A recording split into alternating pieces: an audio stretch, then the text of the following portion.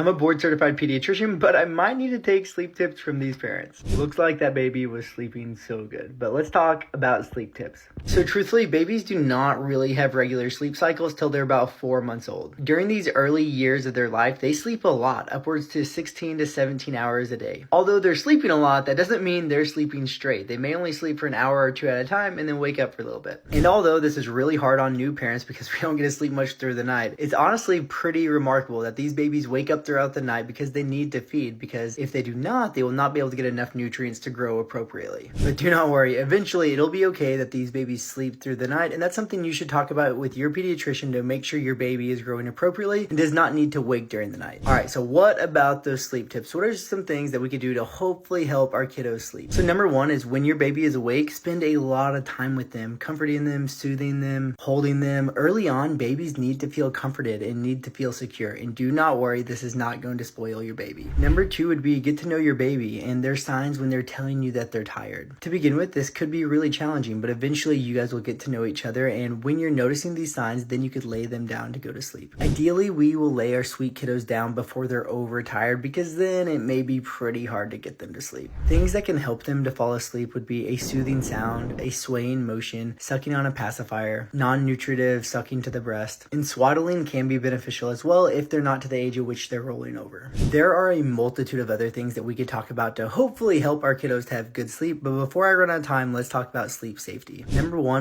I would strongly recommend room sharing with your baby, meaning that their bassinet is right next to your bed. Number two is when you lay them down to sleep, make sure you lay them down on their back. And number three is within that bassinet, make sure there's no big blankets, no big stuffed animals or toys or anything like that. Number four would be that mattress within that bassinet should be firm and flat. Number five would be the appropriate sleeping places is in the bassinet. The baby should never sleep on a couch, an armchair, in a rocker, or anywhere else. If you notice that you are getting tired or the baby is getting tired, it's time to move them to a bassinet. So before we run out of time, to all the new parents out there, congratulations, and I hope you guys are able to achieve a little bit of sleep yourself as you're caring for your wonderful new kiddo. Make sure to discuss with your pediatrician any questions that you guys have about how to help your baby to sleep and how to practice safe sleep. I wish all the new parents out there the best.